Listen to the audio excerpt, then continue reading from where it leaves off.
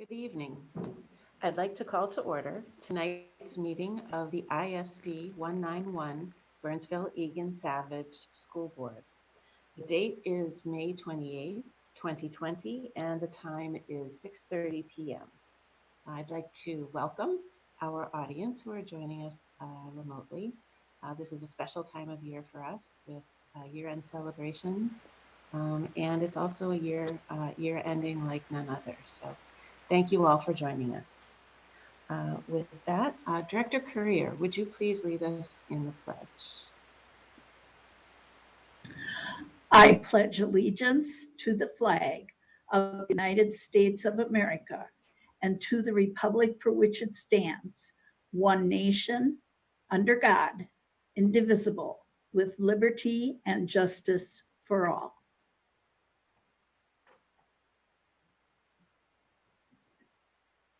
We'll start by approving tonight's agenda. Do I have a motion to approve? So moved. Moved by Director Schott. Second? Second. Seconded by Director Howiger. Any discussion? Hearing none. All those in favor of approving the agenda, please say. Abigail, I need to take a roll call. Yep, Ms. Kenny, sorry. Will you please call the roll? Dee Dee Courier, Aye. Scott Hume,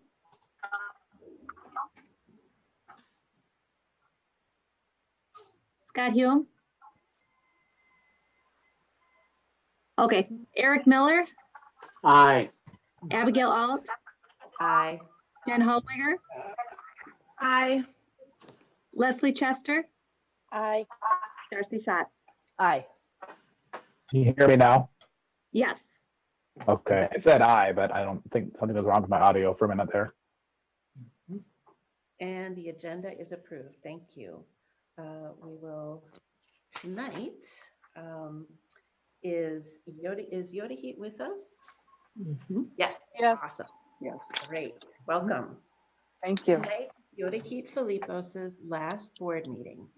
On behalf of the board, we want to thank you for representing our students on the board during the 2019-2020 school year. You have done a great job and have helped us enrich the role of the student representative by including more student voices, which we look forward to implementing next year, thanks to your help. Normally, I would be presenting you with a card in person from board members and Superintendent Battle. However, due to COVID-19 and our virtual meeting arrangements, we mailed the card to Yoda Heat earlier this week. I would like to open it up to Dr. Battle and board members to share your good wishes with Yoda Heat.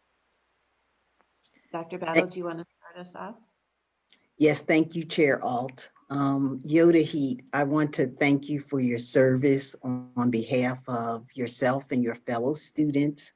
I appreciate the perspective and the time that you have given to this role. And I want to extend my congratulations to you on your graduation. And I know your post-secondary plans will be successful. And I just want to applaud all the activism you have displayed, your involvement as one of our students. So thank you very much, and I wish you all the best. Thank you. I'll open it up for board members. Oh, sorry, I need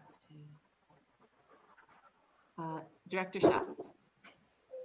Yoda Heat, thank you so much for all your work on the board. We are really grateful for the work that you're putting into the student rep position and what it looks like and what it means and how that role can contribute to the school board and even beyond that for everything you've done for the high school, for the community, for your fellow students. You'll be missed, and we are very excited to see what you will do in the future. Thank you. Director Courier. Yoda Heat, I was impressed with your confidence, your wisdom at your age. I still am just amazed at your ability to have that much confidence and reflect the views of the students at Burnsville High School, I know you will go on and do great things.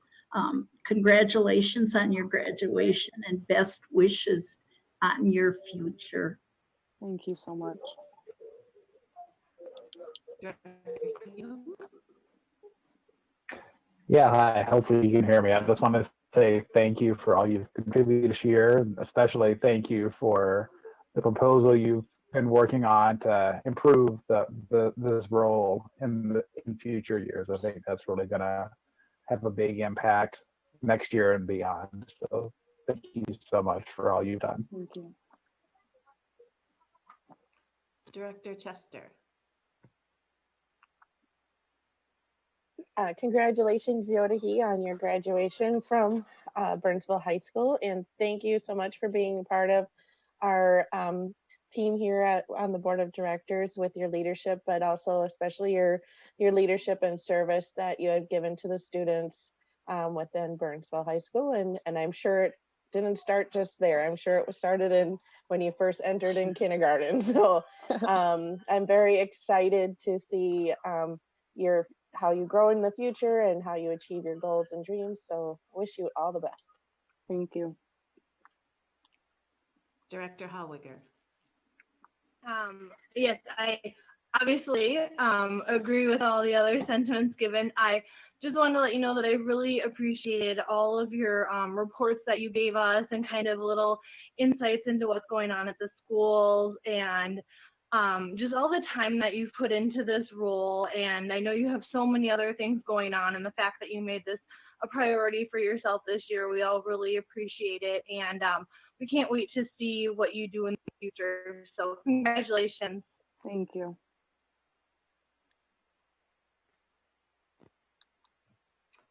Thank you, everyone. Yodahi, would you like to say anything? Yes. I just really wanted to say thank you for an amazing year. I was able to learn so much about our district and just education in general. And for that, I'm very grateful. And I wish you all well in the years to come. And I hope that you can carry on the work that we've started this year with the new school board rep. And I actually wanted to take the time to introduce the new school board rep, who will be Makome Adisu. Unfortunately, she couldn't be on the call today, but I hope to soon get you all in contact with her. She's a great girl. You're going to love her. And I just want to thank you all so much again for an amazing year. Thank you so much, Yodahi. It really has been a pleasure having you on board with us. Thank you. And I just want to let you know you are welcome to stay, but it is a lovely evening outside. Please feel free not to stay and go enjoy the evening. It's entirely up to you. Okay. Thank you, guys. Next, I'd like to welcome Jen Bohr, our QComp coordinator, and Katie Ness. We're going to receive a report on ProPay, also known as QComp. Welcome. Thank you. All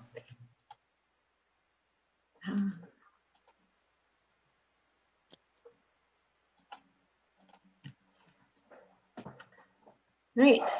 Chair Alt, Superintendent Battle, and board members, I'm here tonight to present our 2021 QComp review report to you. I'm Jennifer Bohr, the QComp coordinator and a continuous improvement coach at Eagle Ridge Middle School. The purpose of the report tonight is twofold. One, to share the results of our annual review with you, and two, to share the updates share an update on the adaptations we made to our QComp plan when we moved to distance learning in March. And just as a reminder to ground us in kind of our QComp, QComp really in our district is meant to put structures in place that create equitable classroom practices and environments for students. We use the MDE best practices around the 4 core components of QComp as guidelines in doing so. So to give you an overview of the review process that we went through this year, I'll first share the purpose of the review. The review really is meant to identify what's working well with our QComp plan and what are some growth opportunities. The sites we reviewed this year were all sites. A district our size is required to review 5 sites. We, every 3 to 4 years, opt to review all sites to get a broader perspective of how things are going as far as QCOM. So we did, and the data we collected this year was, we served,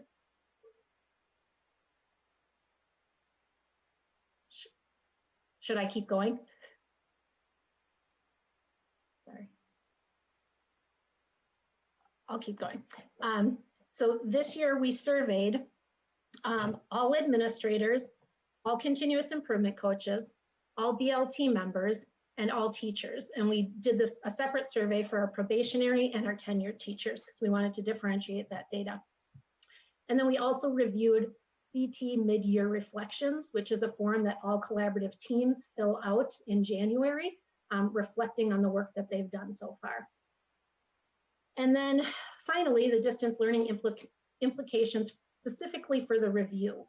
MDE gave an option to districts to not do a report this year and just combine it with next year's report.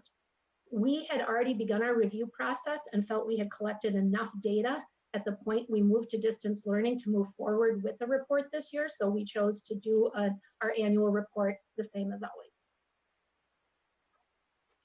So I'll start with the overall impact, and these are our celebrations. This is when we review the data. These are things that really stood out as being positive. The first celebration was around collaborative teamwork. And I would say that we found similar findings in this broader view of interviewing all sites as we have the last couple of years when we've done small sites, which to me is good. It shows that our samples are working when we do a sample population. And the findings were that most staff feel that CT work or collaborative teamwork has a moderate to high impact on their classroom instruction, and they feel that that does in turn impact student achievement. Examples that were cited this year of work that has been done in collaborative teams is work around AVID, developmental designs, the use of FAST data to design interventions, discussions around engagement strategies and culturally proficient practices, and the development of common expectations. Another celebration was the results around the observation and evaluation process. Again, 80% plus of our staff respondents feel that the observation and evaluation process has a moderate to high impact on their instruction, and again, in turn, student achievement. The biggest thing that we pulled out of it is that people feel that the opportunity for self-reflection really helps them fine-tune their craft. And the pre and post-conference discussions, along with the written feedback they receive, aid in that self-reflection. The third celebration was mentor training and supports. This has been a growth area for several years for us. And this past year, we put in place a training module based on the book Supporting Beginning Teachers, and trained our BLT members with that best practice research. The BLT members in general felt that training that was done in August helped them better understand what their role was as a mentor and support their mentees. I would say this is still a continuing growth area for us, but we did feel that we made some progress this year. And then the final success or celebration was a collaborative team reboot professional development modules that we put in place. Coaches last spring worked really hard to put together some, I'll just call them modules, that with the intent of really impacting the core component of job embedded PD. And our goal was to create practices or structures that helped teams really focus on student achievement.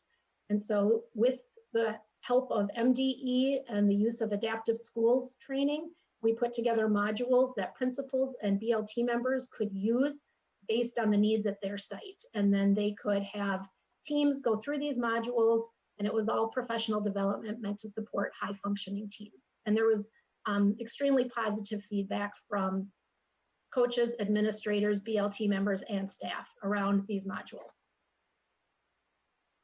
So then our growth opportunities or the recommendations that we came up with this year, that first one is directly tied into what I was just referring to. We want to continue to build on and strengthen the collaborative team reboot modules that we have made.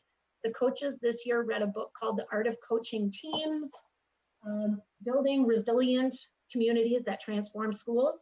And we're using some tools from that to continue to add into those reboot modules and put more supports in place for our administrators and building leadership teams.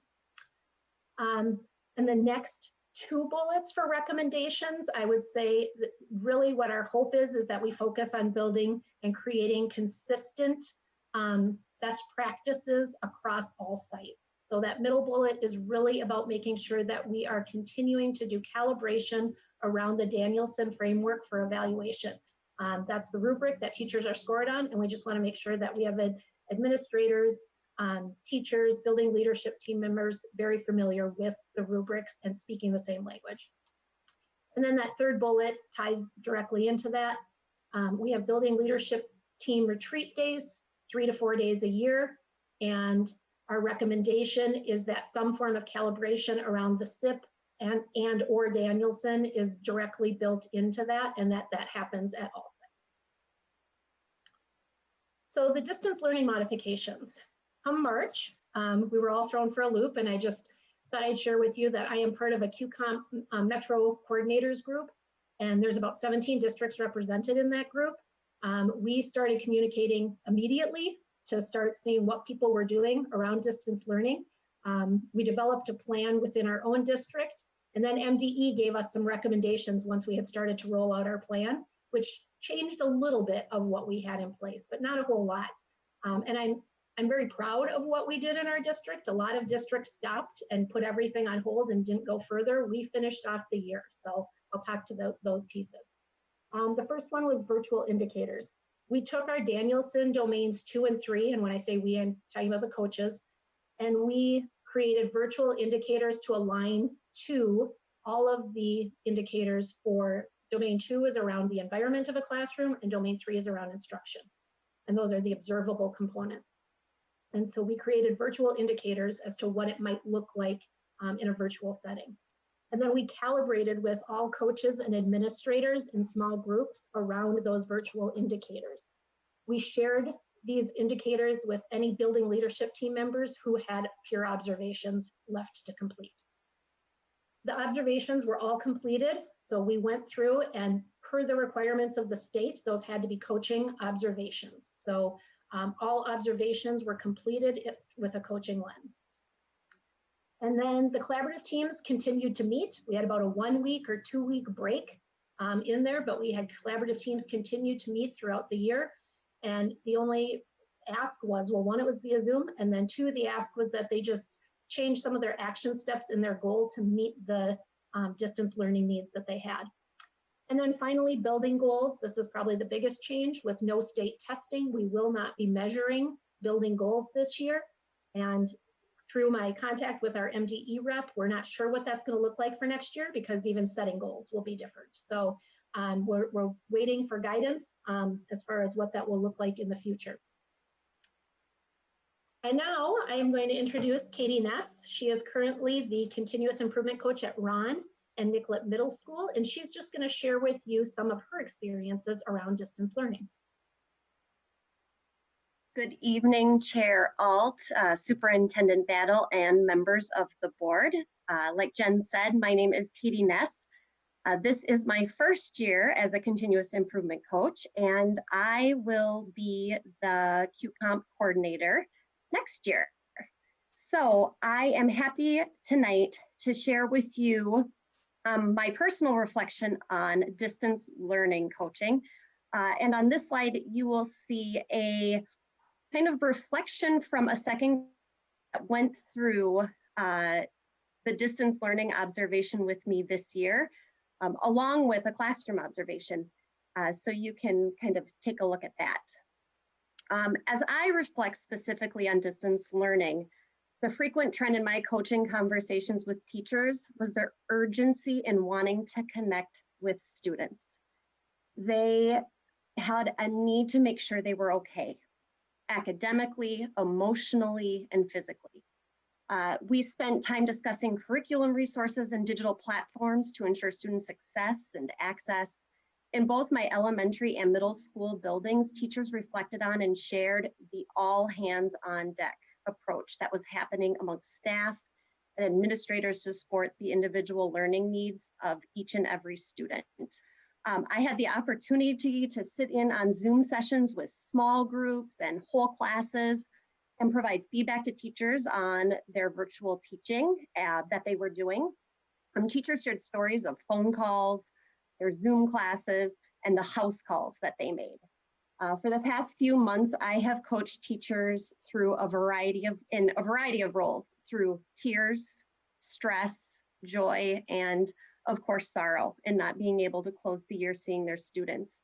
And I think all of these examples demonstrate their compassionate actions. Thank you, Katie. Mm-hmm. Thank you, board, again for the opportunity to share our review results with you. That concludes my report. Thank you both very much. And Katie, we will look forward to hearing from you again next year. Board members, I will open it up for questions and comments. Director Schatz. Thank you both for that report. That was very helpful. I always like to know how things are going and how we're continually supporting our teachers. So I do have a question about the mentoring and training. You said that continues to be a growth area, and I guess my question's probably twofold: is why is it a growth area, and then what are the actions being done to improve that growth area? So currently, the way our plan is written, mentoring is a job responsibility of building leadership team members. In the ideal world, it would not live with another position that has so many responsibilities. Just to give you a little bit of a contextual picture, building leadership team members are full-time teachers, psychologists, social workers, whatever their role is. They have a full-time job and it's a stipended position. And the main role is to support the work of the school improvement plan by doing professional development, supporting collaborative teams, conducting peer observations. The added piece of mentoring is it's a lot. So it's a growth area, I think, because there's too much on the plate. I would love to see us be able to come up with another plan, and we're talking through this. And when I say we, Katie and I and Wendy Drugi have started to just talk through what else could it look like in our model to be more effective for our probationary teachers. And I guess I would just share with you as well that we're not alone. This is when I talk with that group of 17 districts, the ones that feel they have the most successful mentor programs have mentors that is their sole position. That is their job. So it's not ideal the way it's set up, and I have ideas, we have ideas, and we'll hopefully continue to build those as we do our MOU negotiations in the future. Thank you. Board members, any other questions or comments? Director Hume. Yeah, that was a good presentation. Thank you very much. My question, I guess, is around distance learning, and I thank you for the update on that. That's obviously something that's on everybody's mind these days. And my question is just, what would you say from your observations or your conversations are some of the biggest lessons that have been learned, or thoughts on what could perhaps be done differently if distance learning were something that needed to happen again at some point in the future? Or even if there's just a snow day for a week and we have 3 or 4 days. I think we're really well prepared for a snow day. That's what No I'm saying. kidding. That'll be like such a vacation after this year. Yeah, I was going to say, I think people were worried about if they had to do this for a snow day. I think a snow day would be a breeze at this point. Totally. Big lessons, I guess, takeaways. If I don't answer what you asked me, let me know. But I think that the first thing I would say is, as coaches, we right away were reaching out for technology at resources. This needs to be in collaboration because technology is not all of our strength. And so working with the technology department and CISA, we were able to come up with some of the things that have been shared with the tech cohorts. So we had a model that had like standard, better, best practices. We had what's called the 5 E's, but it's basically, and Katie, you might need to step in and help me, but it's basically kind of a lesson plan template for putting really good distance learning practices into place. And so we use those in our coaching conversations with teachers. And I was so pleasantly surprised when I started my coaching conversations with people as to how many teachers naturally navigated towards the best practices. Even if this wasn't their area of expertise, they want to do what's best for kids, and they were navigated. They were excited to see and relieved that they were doing something that was good and considered, you know, best practice. So I think what would be needed is professional development for all teachers specifically tied to that. And again, I can't say enough about how impressed I am that the work of our CISA team, coaches, everybody put into place in this model and really tried to support teachers in this. I guess concerns would be it's equity. For me, it's equity pieces. It's what we do for kids that we can't reach in the distance learning model. And I think what Katie spoke to too, I mean, that's what, I'll start crying. That's what hurts teachers' hearts is when they can't reach all their kids. So, so concerns I have, if we look at moving forward with this, which I'm assuming we will be doing some sort of this, is how do you start relationships in this way? And just today, Katie and Director Oftedal and I had a conversation about what is it that we need to start looking at so that we can be supporting teachers. Did I somewhat answer what you asked me? Yep. Okay. Thanks. Oh, thank you. Okay. Thank you.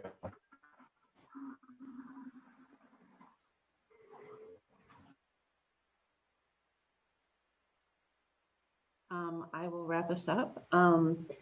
Just first off, Jen, I'd like to thank you for your years in this coordinator role.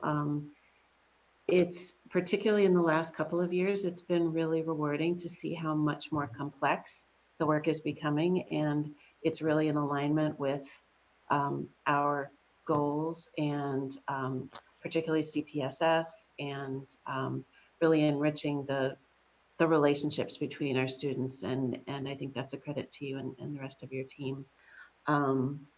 So thank you for that. And as I said, Katie, we will look forward to seeing you next year and hearing about new developments. And with that, lovely report. Thank you both. Thank you. Next, we will be receiving a branding and marketing plan update from Aaron Tinklenberg, Director of Communications. Welcome, Aaron. Thank you. Thank you, Chair Alt, Superintendent Battle, and members of the board. I'm actually going to pretty much just introduce Communications Coordinator Wes Dre and have him present this report. This is the work that he's been especially directing, and we just want to give you an update on what we've been doing this spring. Wes, you want to start the report? Hello, everybody. Can everyone hear me okay? Is all good? Okay, great. Yes, we hear you. Yeah, I'm just here to give a brief update on the marketing work that we've conducted so far this spring, as well as our plans for the upcoming months and years, really. To start, I just want to say that the goals that we've outlined in the past are still the goals that we have today, which are to foster a sense of pride among students, staff, families, and community members, to maintain or increase the district capture rate for resident enrollment, focusing on resident students, like I said, to improve the reputation of the district and its schools. As we were looking at pursuing this work, we determined that there was some foundational work that needed to happen first, specifically around our brand. we observed and noticed through some research that we kind of had a hard time talking about ourselves and about who we are and what makes us great. It was hard for us to pin that down into something specific that we could say to people, you know, like that elevator speech almost, for why you should choose us, basically. That's where that branding background work came into play. Wes, can I pause you for just a second? Yep. Your presentation right now is in presenter view for some reason. Can you pull that down? Oh, it's not working the way I want it. Yeah, if you can just minimize or close that. Is that correct? That looks right. Thank you. Okay. Where was I? Okay. So that branding background work was really the foundational work that we needed to conduct before we can really move on with some marketing campaigns and more integrated marketing strategy. What that included was district leaders participating in either online surveys or in-person brand review meetings with the consultant that we worked with, CISO, who we work with for transportation services as well. And just sort of discovering who we are. The branding background work was really just uncovering things that we sort of already knew about ourselves and shaping it into something that we can say and use as a lens or as almost a springboard for any marketing work that we want to do. What we intend to do is use that branding background work to create brand-driven campaigns. It's really meant to prevent random acts of marketing, to prevent just in the past, you know, we've had communications work, and then we've tried to do some marketing stuff here and there. This is really, the intention of this is really to integrate those two things and make marketing a key focus of the department. And that the plan for the next month or two is to create and launch a strategy that would last for several years. I'm anticipating that any results that we could see from this work will really start to show up. Won't be immediate, basically, especially with reputation work. I'll go into some depth on the branding background. One of the bigger things that was created was what's called a brand architecture. And think of this as sort of the layer below, you know, the part of the iceberg under the water.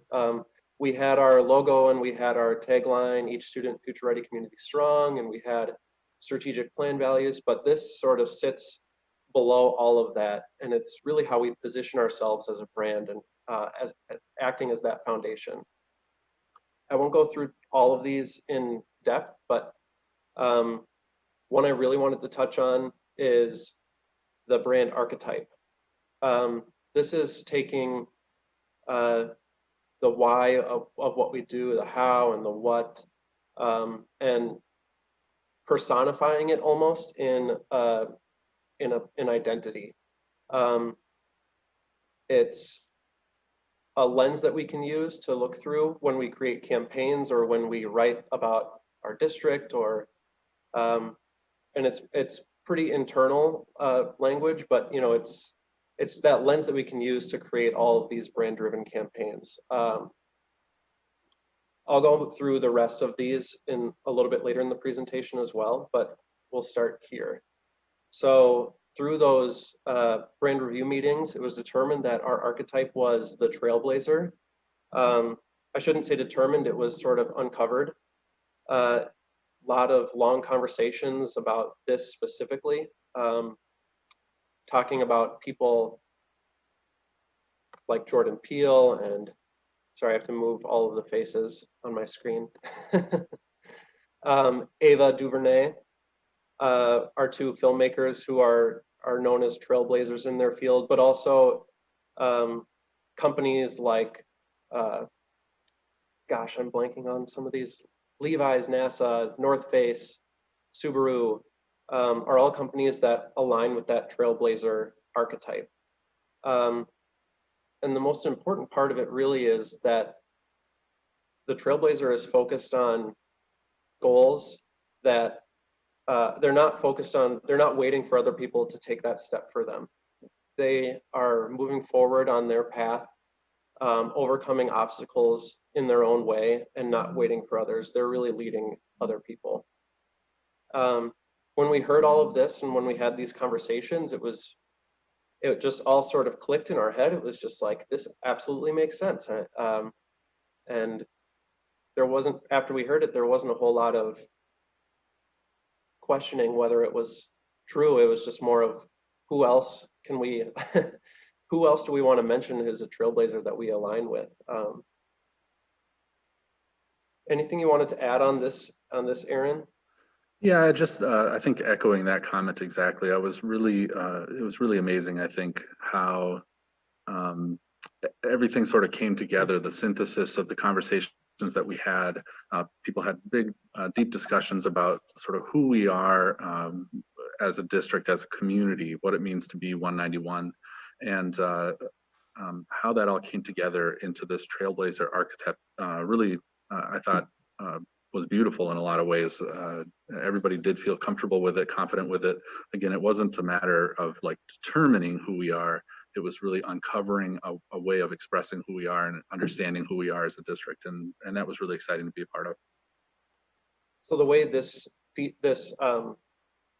part of our brand architecture is used is when we think of doing brand-driven campaigns, or when we think of pursuing some curriculum review, basically anything that we have in our district, hiring practices, recruitment, retention of students, of staff, our enrollment process, we have to think, how would a trailblazer approach these problems?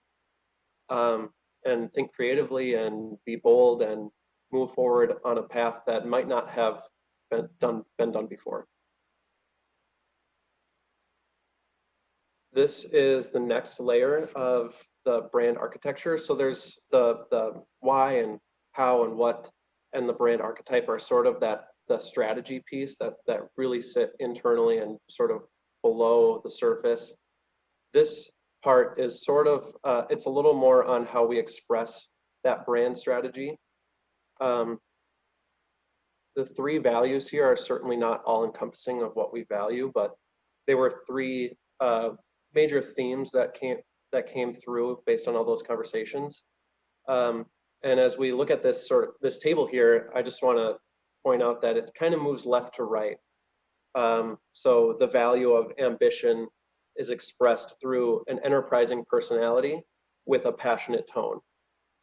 So think of it moving left to right in that way. I won't read all of these, but the one that I really want to point out, because it comes up again later, and it was one that we talked in pretty great depth about, was the individuality value, which on its face sounded a little counterintuitive to the idea of building community. But the value of individuality for us expresses that we believe people thrive when they can bring their true self to the table. We champion individual authenticity and uniqueness. We welcome everyone without bias. Alienation is the enemy of community. The purpose there being really that we can't create a thriving community in 191 without everyone's true self being present. I'll move on because that one comes up again later. But as you can see, all of these values are expressed through different personalities and with different tones. So when we're when we're writing something, for example, that's expressing the curious nature of our district, we'll use an open-minded tone in that message. All of that brand architecture, the archetype, the values, the personality and the tone are all distilled down into a brand positioning statement. And now this is where we're getting into the marketing side of our brand. If you're looking for a short elevator speech that you could tell people about our district, this would be it. 1 second, excuse me.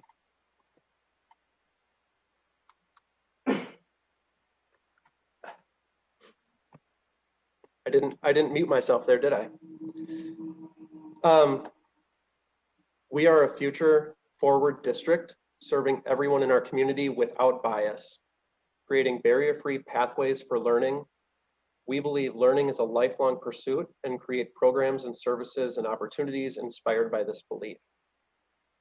This is where we start moving into that external language. When we are writing, like about pages on our website, this language that's in here might show up on there. When we're writing, job descriptions, this might pop up in there. And this is really just that single statement that sort of distills all of that brand strategy into something we can tell people.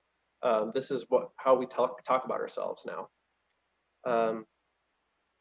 It's identifying the desired audience being served by the district and sort of proposing to them our value. It's describing how we're different possibly than our neighbors or any other competitors that we would have. That positioning statement is distilled even further into a simple idea, as simple as possible. And that for us is fanning the flame. Each of us carries an internal flame, and that sort of gets back to that individuality value about being your true self, bringing your whole self to the table. We want that in every student and every teacher, in every staff member. We want everyone to feel like they and their whole self is welcome and valued and vital to our work. And our goal is that that flame just explodes into a blaze. That's our goal.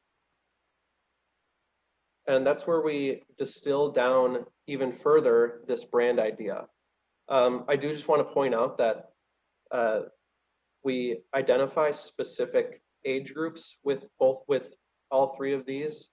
That's certainly not to say that this brand idea of fanning the flame and all of this strategy behind it applies to everyone who ever could come in contact with us, from birth through all of our adult education, through all of our community education courses. It's all encompassing.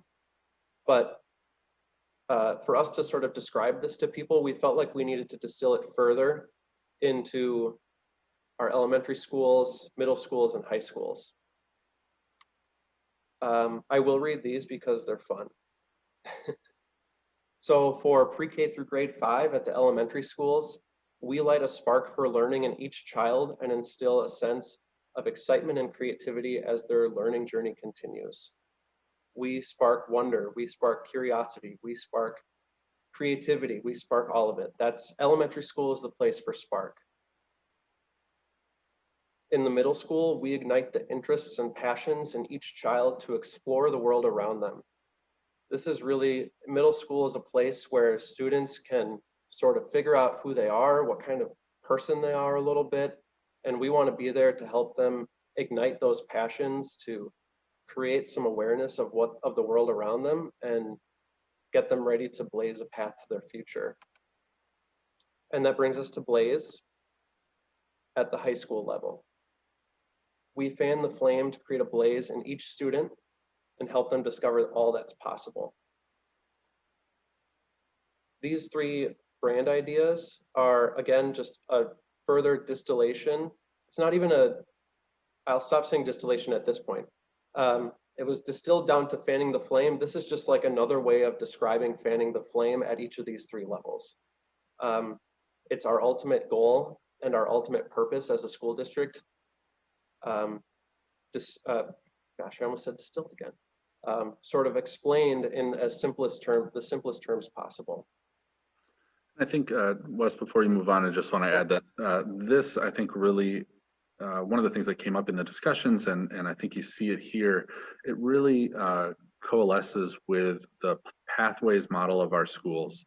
The idea is for each student individually to find their pathway and to go along their pathway of learning as they move through our schools. And this progression, Spark, Ignite, Blaze, really just fit and emphasize that to a great extent. We love the way this turned out again in terms of visualizing what it means to go to District 191 schools on an individual student level. That these are their experiences. This is the pathway that they'll find as they go through here. It's not about us determining their pathway. It's not about them getting in a pathway and then being on there like a track at a college or a major or something like that. It's about them finding themselves, discovering for themselves, and then finding their own pathway. And this progression really, I think, described that well. Yeah, thanks, Aaron. These ideas came out of our conversations about K-12, pre-K-12 pathways, but they almost supersede that from a brand idea perspective. They're explaining the purpose of why we're pursuing pre-K-12 pathways in the first place. During our State of the District address last week, we sort of launched this language along with some new visual identity for some of this work, created almost a visual identity for pre-K-12 pathways that we're really excited on building on in the future. So those plans they're already underway. Okay, I'll just flip back to here. This sort of wraps up the brand review process part of the work we've done this spring. We knew that we needed to do this work again as a foundation for any marketing work going forward. I also mentioned that one of the goals of the department is to sort of integrate that marketing work into our everyday approach to our department and our position and our purpose in the district. And the brand review process was really essential for that. The strategy here is to, over the next few weeks and months, we're going to be creating an integrated marketing communication strategy.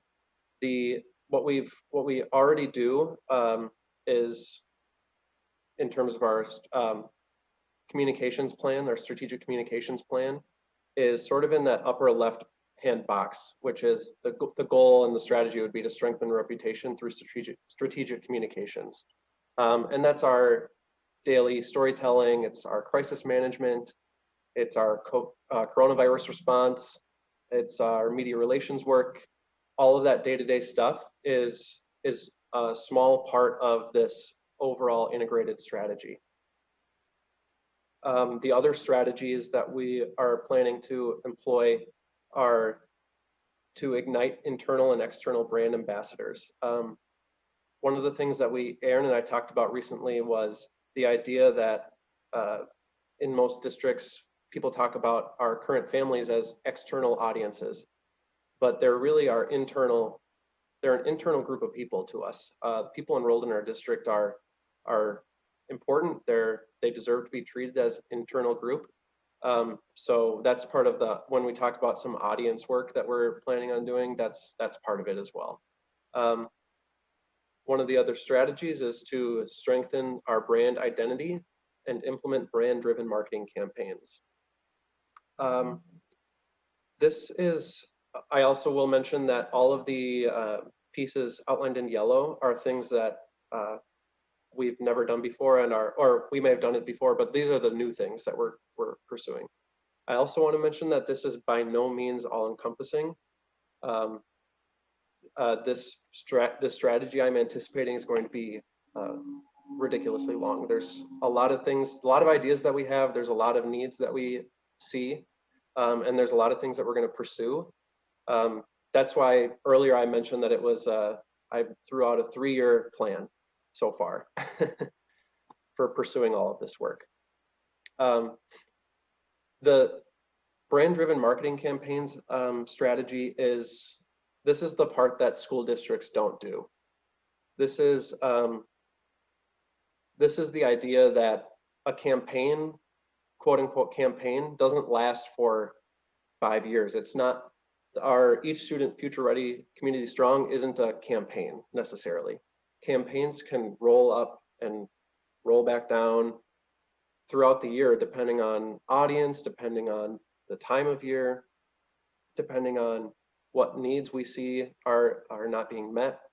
And they might have different taglines, or they might have different messaging, but it'll all be determined by the audience and targeted depending on that audience need at whatever point in time. You'll also won't notice a lot of many tactics listed in here, like videos and social media and all of that stuff. That's all included in, that would all be a possibility in any of these brand-driven campaigns that we might pursue. One of the other important brand identity pieces, and something that we're pursuing to enable us to pursue some more advanced campaigns, is a website redesign. We're pursuing that right now. We're talking to several vendors, and in addition to creating a new look for the website and sort of modernizing it and making it even more mobile friendly and giving us some advanced features that websites have now, it's really about changing the purpose of our website, making it a storytelling tool instead of just like the website itself is a storytelling tool, not just a place to post news and post files and other information and policies. And it's the experience on the website should be its own story, and should help us advance some of these goals that we have and some of these campaigns that we'll create. The last strategy that we have here is to support and enhance strategic enrollment efforts. We already try to, on an ongoing basis, look into the enrollment process and how we can assist that department in improving it, and trying new things in the enrollment process, such as like webinars and redoing forms and things like that. That will all continue. I want to point out specifically the idea of nurturing enrollment funnels, because I actually learned this spring or earlier this year that through the pre-K 3 work that our community education and CISA departments are working on, we've identified pretty much every avenue that students take when they enter our district in kindergarten specifically. Every avenue they might take through in connection to the counties, to the cities, private daycares, preschools, all of those things are identified. I think there's like a dozen of them that are still broad, but so the purpose of nurturing these enrollment funnels would be to identify all of those things and create campaigns that address each one specifically depending on what they are. So when we think of 12 different funnels just going into kindergarten, that might mean 12 different messages. It might not, but it might mean 12 different messages. It might mean the timing is totally different. And it can get pretty complex, but the enrollment funnel piece also sort of addresses the transition points. So what is the experience like for our 5th graders as they go into 6th grade? How can we improve that? How can we help address some of their concerns, which I'll touch on in a second. Same for 8th grade to 9th grade. Even if things are going well at a transition point, we want to nurture it. Because just when you think things are going well, something could happen. And you really need to be addressing these things in a proactive way. That's a really high-level overview of the 4 strategies that we're going to take. Like I mentioned, these are going to be flushed out entirely. There's going to be some goals within each of them. We're going to identify all of our audiences, create messaging based on that brand strategy for each audience. So when we think of talking to strategic district partners, here's the message about our district that we want to really push forward, as an example.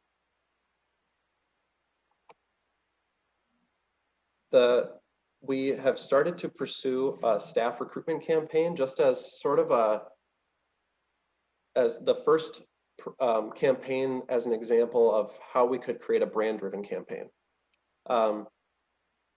This campaign was really created from the brand value of individuality. So when we think about recruiting staff who will be capable and to achieve that brand positioning statement and our goals as a district, we want to bring out, we want to show people that they can be their true selves here. We really value individuality in our staff and our students, and this campaign really hinges on that idea. We already have a sort of a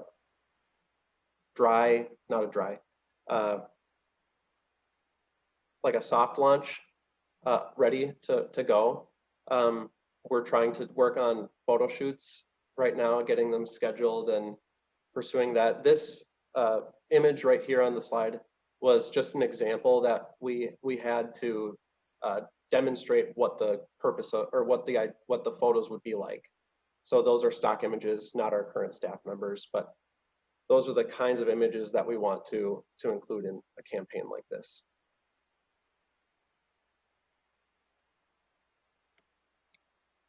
I think actually, Wes, can you just go back? I want to elaborate on that just a little bit. I think Wes mentioned the fact that this really builds on our individuality. This is really something different than, again, any other school district does, anything that we've done in the past. But what we want to do is, with all of these campaigns, focus on telling our story through, telling about who we are through everything that we do, every component of it. So you can see, again, the images aren't group shots. They're focused on individuals and talking about so that we can focus on that individuality. The design is colorful and bright. It's layered. It's the typography is a little bit different than anything, or not a little bit, quite a bit different than anything we've used before. And it's just a lot more, like I said, bright and vibrant, and really matches, again, that brand value of individuality. And the idea is that we show who we are, and we show who we're looking for in employees who come here. We want people who match this brand, who can be trailblazers with us. And this campaign, the idea is it tells that story and it attracts those people. And it is exciting to think about. And as we move forward, I think it'll be exciting to see out there. This is also a campaign that could expand. Right now it's focused on specifically staff recruitment and retention. We have language for very specific job areas. There's specific language for food service staff and for elementary teachers and for special education teachers, but it could easily expand into a campaign for current staff, or for people to rally around. And there's a lot of exciting things that could come even from this, rough starting point. The other things that are sort of spurring off from this campaign are I'm working with HR to evaluate our use of AppleTrack, to work on some new templates for job postings, to work on some new language templates for job descriptions, incorporating some brand language into all of that to create a really robust picture of who we are for anyone looking. The other important piece of this is that recruitment doesn't only happen in the spring. I'll expand that to, that's the whole idea of all of this work anyways, is that, recruitment and retention of staff or students doesn't only exist in the spring, which is usually how school districts have treated it around specific events like kindergarten enrollment nights. It really needs to take a year-round approach. And it just so happens that taking a year-round approach to these things is just what would improve a reputation as well. I mentioned a few things that I would promise I would touch back on, and I think they're listed on this slide. One of the other foundational pieces of work that we pursued was some additional research related to our middle school reputation. We conducted several focus groups as well as an online voluntary survey of parents from 4th through 8th grade, asking their perceptions on middle schools, on their specific middle school and middle school as in general. And there was a lot of really valuable insights from all of that I know Aaron and Brian Gersich and our two principals are looking into. One of the main things that I just wanted to mention was, I mean, it was a surprise to me. I don't know if it's a surprise to everybody, but the idea that people are arriving at their perception of our middle schools before pre-kindergarten. So and they're deciding, that's why we see such a drop in enrollment in first, second, third grade. So that there's things that we can do specifically to address that. And we're looking into that as a specific example of a campaign within that whole integrated marketing strategy. So I already mentioned the website redesign for marketing focus. We're going to look at taking the brand ideas of Spark and Ignite and actually creating some branding campaigns for our elementary and middle schools, possibly looking at what students experience when they enter a building. If we can use some of that brand language to create an environment that sort of inspires that desire to spark and ignite. I already mentioned we're going to work on developing that complete integrated marketing and communication strategy. The years 2020, 2023 are kind of, that's just an initial step, mainly because I think it's going to take some time to implement some of these pieces. For example, the website redesign, we have just a very tentative goal of launching next summer. Obviously, a lot can change, but that's our tentative goal. And there will be other pieces to that as well, such as creating, like getting some tracking and stuff on our website to be able to do some social media work, campaigns, and other things like that. We're going to be looking at, or we're going to be focusing a lot for our next school year on retention marketing, on keeping kids that we already have. I know that we were planning on doing a lot of that work this spring, or we were planning on doing a version of that work this spring to try to prevent a significant loss of students following closing schools.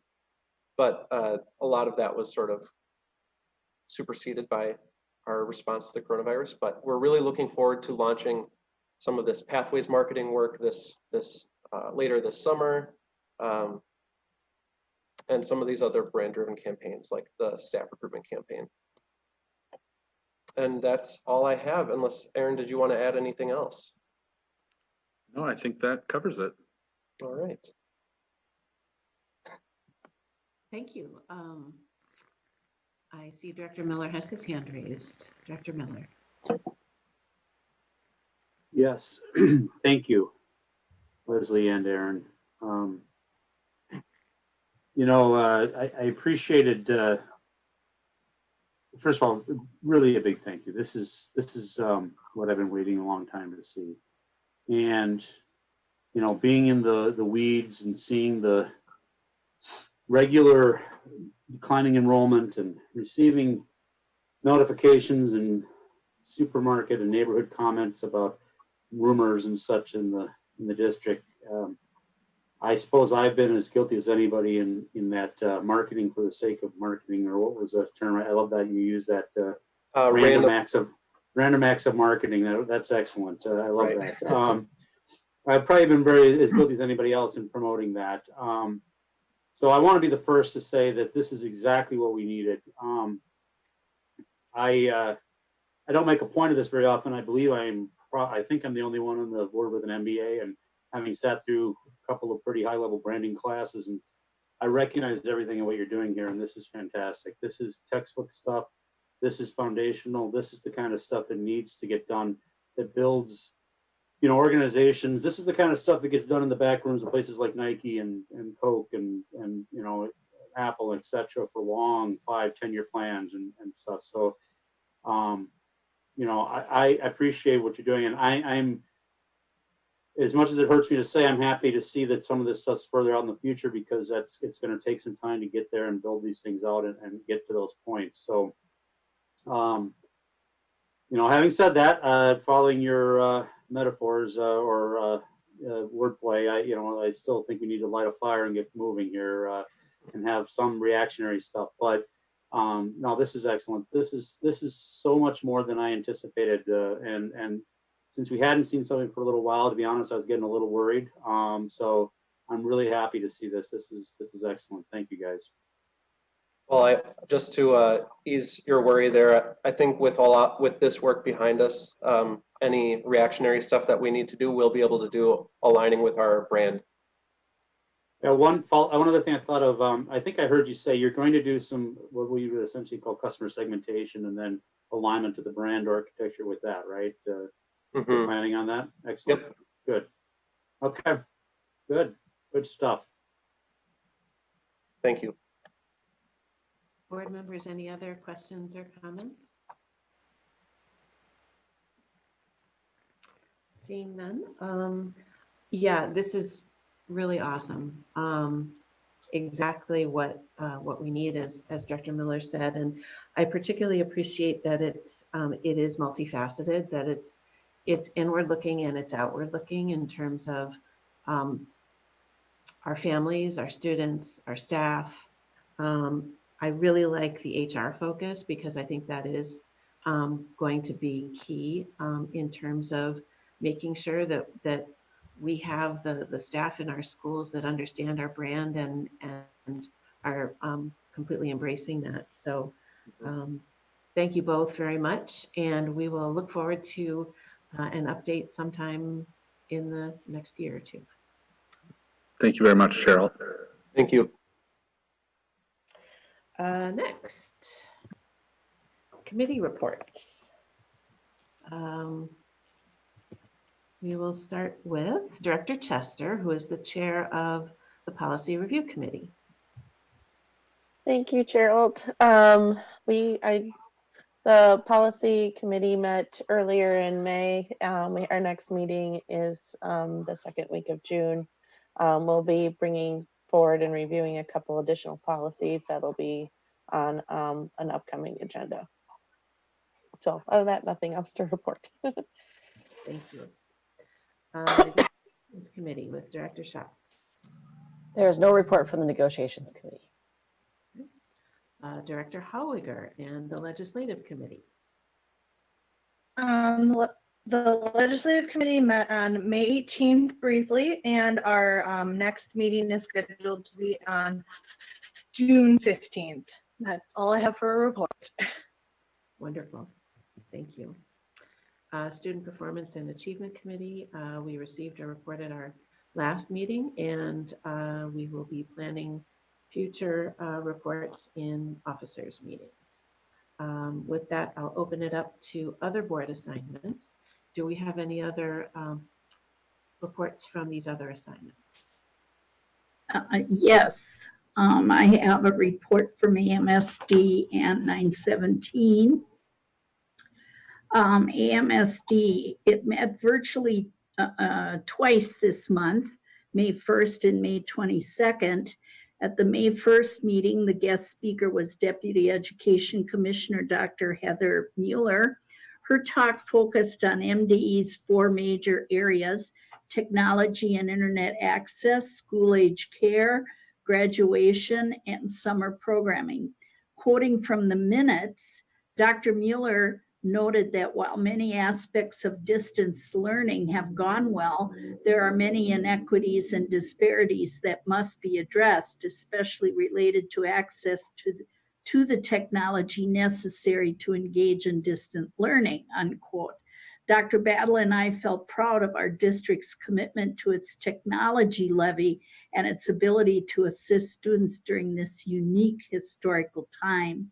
There was also a Reimagine Minnesota discussion in Zoom breakout rooms in preparation for a virtual conference to be held on June 17th. And if you're interested in participating in that, check with Jamie. There were several presenters at the May 22nd meeting occurring after the close of the legislature. One of the main presentations was by Andre Prahl, Agency Finance Director, entitled CARES, or CARES, funding to Minnesota Department of Education.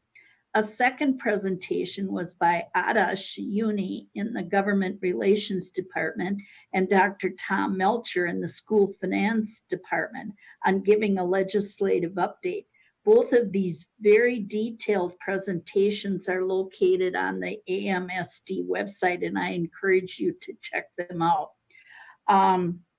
There's more information as well on the AMSD. If you haven't checked out their website, it really is full of information. And the 917 board is holding its meetings virtually, and its May meeting was on Tuesday, May 5th. Besides consent and regular business departments agenda items, new business items included a resolution relating to the termination and non-renewal of a teaching contract of a teacher, review and approval of bloodborne pathogens exposure control plan, a resolution for Teachers Appreciation Week, review and approval of a safe schools levy, lease levies and long-term facilities maintenance, review and approval of the 2020-2021 budget, review and approval of the 2020-2021 special education lead teachers, review and approval of the 2020-2021 decals teachers, lead teachers, and review and approval of miscellaneous contracts of various other licensed staff. And that concludes my report. Thank you very much, Dr. Courier. Any other assignment reports? Nope. All right, we will move to the business portion of our meeting. Starting with the consent agenda, although board action is required, it is generally unnecessary to hold discussion on these items. In the event a board member wishes to discuss an item, that item will be moved for separate consideration.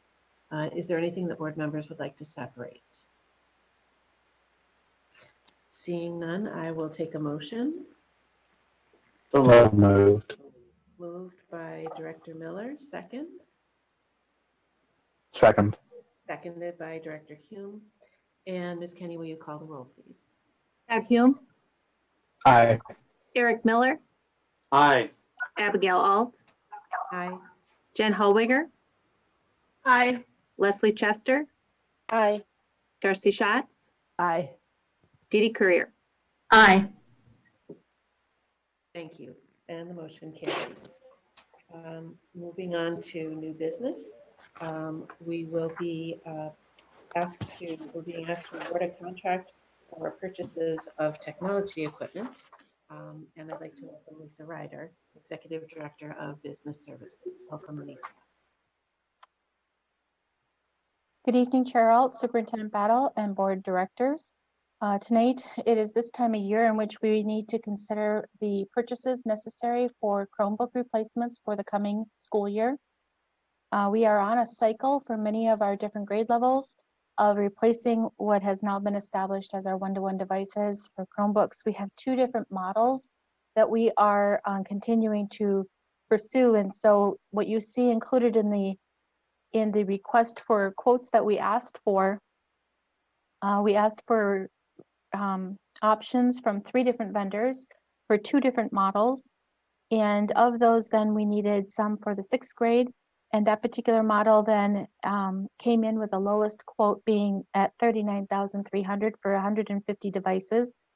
And then we needed, and we do need, replacement models for the 9th grade, 4th grade, 5th grade, our high school, both BHS and our alternative high school teacher replacements. So that's 2,000 devices that we're looking for there of a different model. And the lowest quote came in at the $598,000 for the sum of that. Aside from the Chromebook purchases, it would also include a white glove and asset tagging ability for us to be able to more easily create the distribution and tracking of all of our devices, which technology has established. Okay, the process for doing this is we put out the request and we asked for responses from 3 different vendors, 2 of which responded, both of which have an existing cooperative purchasing agreement. So given that it's a matter of taking a look at the comparison, attached to the board book is the summary of the 2 responses that we did receive. In looking at the prices and the quality of what is being asked for, it is recommended that the CDWG proposed pricing and the use of the Sourcewell Cooperative Purchasing Agreement, which is number 081419-CDW.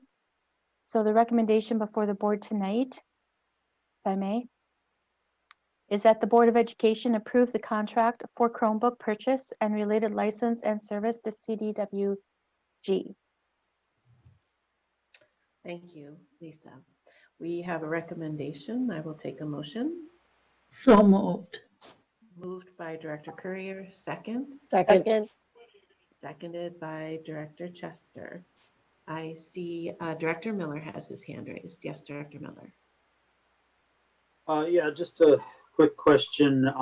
If I remember, well, first of all, if I understand you correctly, this is mostly just cyclical and update stuff. Is that correct, Lisa? That we still, obviously we're collecting the ones out in the field that it's of now, so you don't have an answer for this, but for the immediate, but in the past, we've maintained a fairly high level of field wear and tear, low level, I should say, of field wear and tear attrition. Is that correct? That is correct.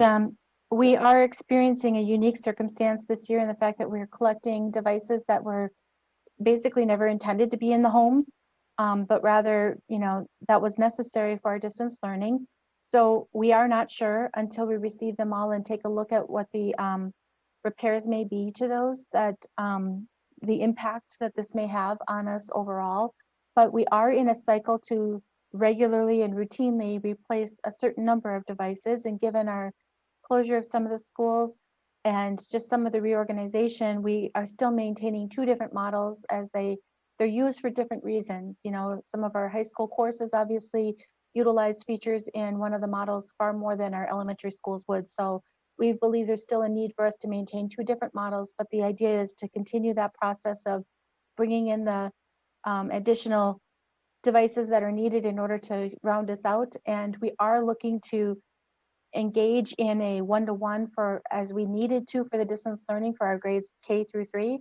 We want to maintain that as well. So that's also part of the planning process. And so at this point, what you're seeing is a very routine. It was planned for, budgeted out of the tech levy. It's just that now is the time for us to get these orders in play. The urgency for us right now is really about supply. The supply chain has been impacted, and we are wanting to make sure we get this order made tomorrow. So I know when we first initiated some of these technology changes, we had a pretty close relationship with the other bidder on this, Best Buy, I believe through the Geek Squad and such. Has most of that sort of dissipated? Was there any shadows of that involved in this consideration, maintaining that relationship or anything like that? Or was it was just very primarily on price? Well, when we are at a point now where we've learned a lot in the years that we've been doing this so far, and we know that sometimes the relationships that are built with vendors also has to do with the representatives that are on both sides of that relationship, and so that's shifted over the years as well. And we believe, though, that in looking at the devices we've requested and the white glove service and the tagging process that we have in play, that we're well equipped to be able to manage this without relying upon another vendor maybe as heavily as we have in the past, although we continually look to those relationships. I think at this stage it's really about how can we make sure we utilize our resources and spread that as far as we can. Okay, that'll do for my questions. Thank you. Mm-hmm. Any other questions or comments, board members?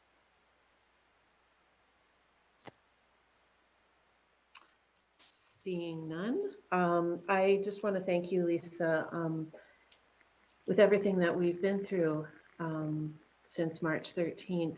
I really appreciate the team's proactivity, being proactive about really making sure that we do continue to have the devices that our students need, not knowing what we're going to face in fall, but knowing that regardless, we'll be able to put them to good use. So really appreciate this. I will extend that to our tech department. I have to say, Rachel Gorton's done a phenomenal job since March in helping us to keep everything on board. Thank you. Yes. Mhm. So if there are no other comments, Ms. Kenny, will you call the roll, please? Eric Miller, Aye. Abigail Alt, Aye. Jen Hallwigger, Aye. Leslie Chester, Aye. Darcy Schatz, Aye. Dee Dee Courier, Aye. Scott Hume, Aye. And the motion carries. Thank you, everybody. Next, we will be asked to adopt a resolution terminating classified staff. I'd like to welcome Stacy Sovine, Executive Director of Business Services, Executive Director of Human Resources. Good evening, Chair Alt, Dr. Battle, members of the board. A little over a month ago, we started our process for staffing for next year. As far as implementing the reductions, the right sizing of our staff, reflecting the closing of our buildings, just a number of different pieces that were kind of moving us towards the need to reduce staff. We started with our certified staff, our teachers, and then since then we have been working with each of the other units and following their contract language and for reductions, the bumping process. Each contract has a different negotiated process on how they reduce their staff and what that looks like. With our classified staff, it actually is a little bit more difficult than with our certified staff because they have the option to bump somebody that's less senior. Typically, we have multiple levels from like a level 4, level 3, level 2 in the different units. They have language that talks about staying at their location, or they possibly can just take a reduction and stay at their location in the hours if there's another position in that way. And so each person receives a notification, a letter with their options on what they would like to choose as far as what's available to them under their language, your unit language.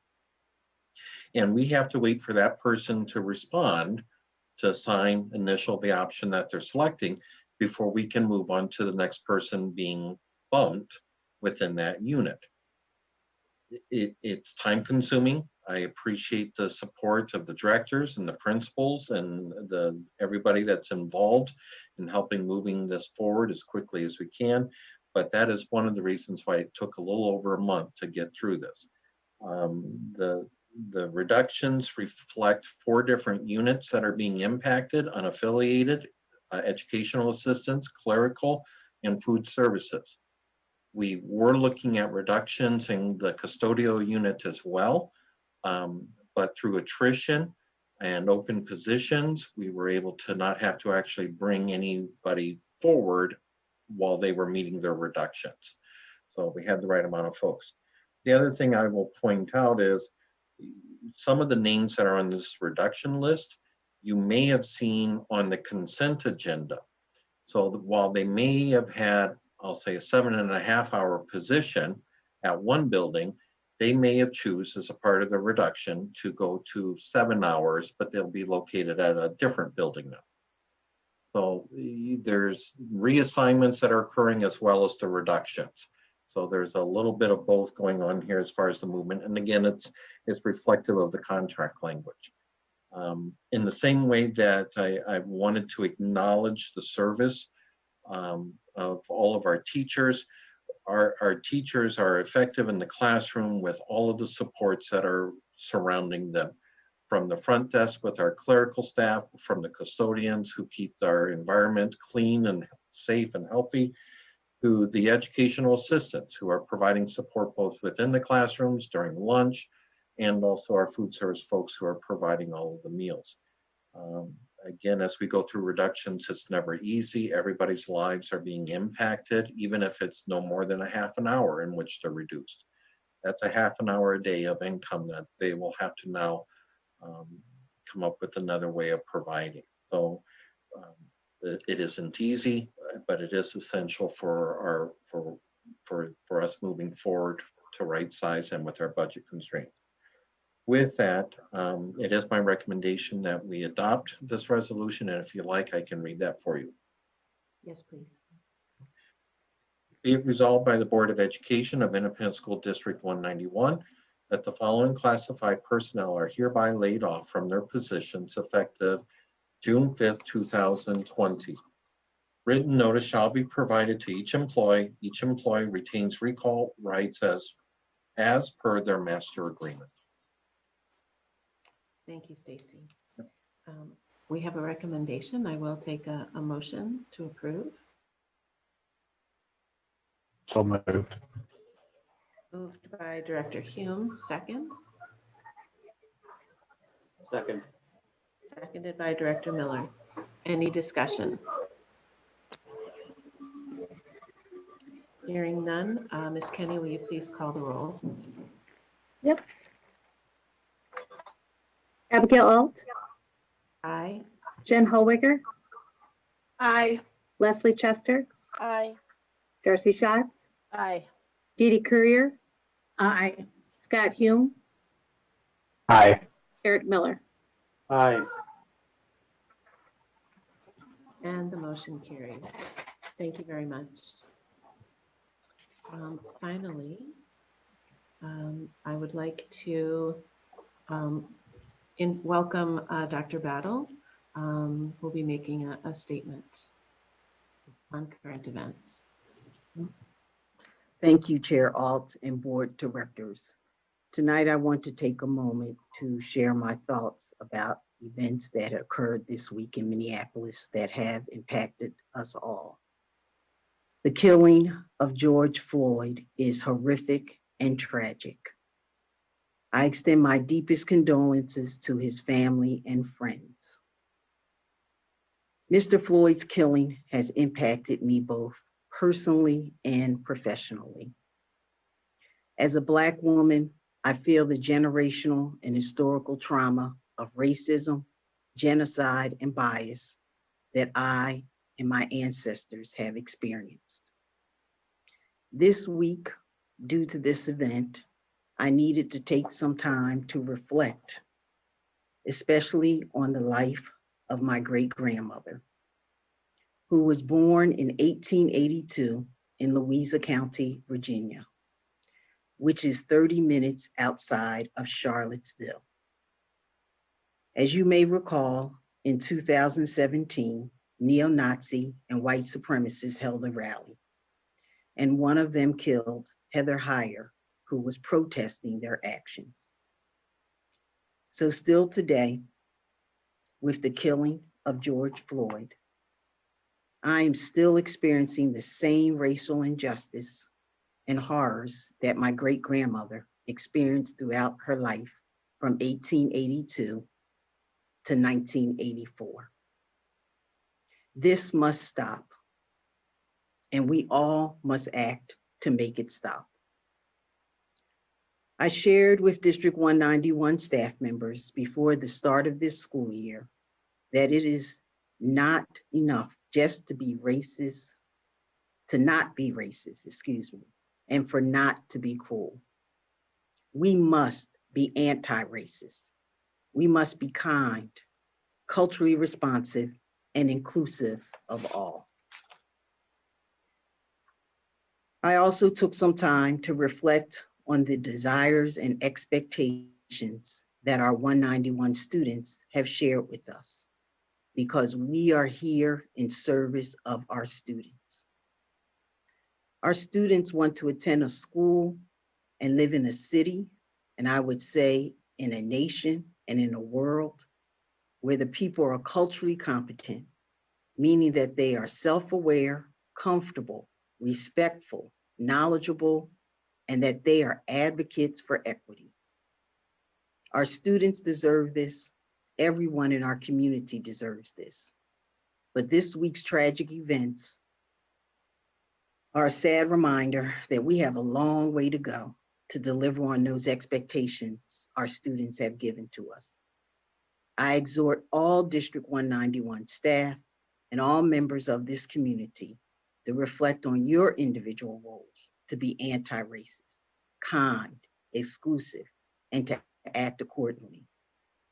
I urge you to remember that everyone you encounter, each child, teenager, and adult, is somebody, someone. George Floyd was somebody, someone. Lastly, I'm reminded of the last few lines of a spoken word performance shared by our 191 Burnsville High School theater students at this year's all-staff welcome back event. In closing, I like to read the students' words. I cannot change the world alone. I can make a difference that will have a ripple effect further that I may ever know.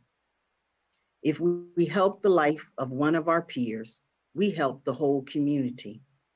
Neighbor to neighbor, hand in hand, no one can break us. We cannot achieve alone. We cannot heal alone. Today is the day. Rise up. Together we are unstoppable, unbreakable. Thank you.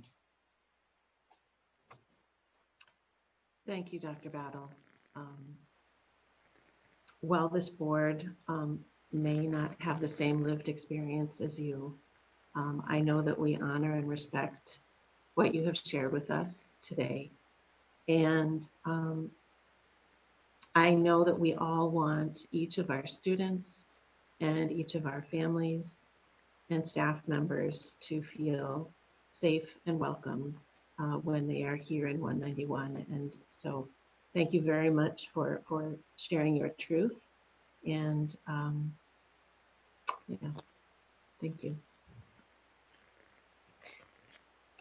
Now we will close and adjourn to a closed session as permitted by Minnesota State Statute 13D.05 subdivision 3 for the superintendent's evaluation. Just making note that this is in keeping with our policy 202, which empowers the vice chair to plan and coordinate the school board's annual evaluation of the superintendent. So with that, I declare us adjourned, and we will now move to closed session.